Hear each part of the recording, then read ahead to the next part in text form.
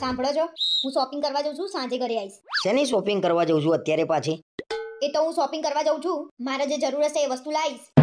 લાવવાનું શું છે એ તો કે કંઈક તો નક્કી કર્યું હશે ને તે. મારે થોડો મેકઅપનો સામાન, ડ્રેસ, કટલરી લાવવાની છે. શું લેવા પૈસા ઉડાડતા હશો ખોટા? હું મારા પૈસાથી લાવું છું, એમાં ક્યાં તમારે બોલવાનું જ આવે છે? મેં મારો પગાર બચાવ્યો છે ને એમાંથી લાવું છું. કમાતા હોય એટલે વાપરવાનું એવું એમ? તમારે તમારા પગારમાંથી લઈ આપવું ના હોય તો કઈ નહીં, પણ મને મારા પૈસાથી તો લેવા દો. દર મહિને મારો પગાર તું જ લઈ લઉં છું ઘર ચલાવવા માટે. હા એ તો આપવા જ પડે ને, મારા પૈસાથી થોડી ઘર ચલાવવાનું હોય. અને હા, કાલે શું છે તમને ખબર છે? કાલે શું છે? કાલે શનિવાર છે. કાલે આપણી મેરેજ એનિવર્સરી છે, એ પણ પહેલી. એટલું એ યાદ નહીં હોય ને તમને? અરે યાર, એનિવર્સરી ભૂલી ગયો હું. અરે તારે મને નતું કહેવાનું. અરે તને કાલે સરપ્રાઈઝ આપવાની હતી.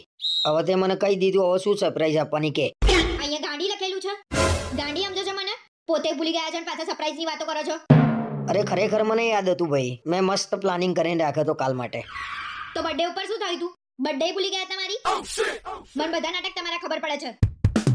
હું 12 મહિનાથી તમારા જોડે રહું છું, સારી રીતે ઓળખું છું તમને. હું એ ઓળખી જ ગયો છું ને, પણ આવું બોલવાની હિંમત નહીં થતી મારી.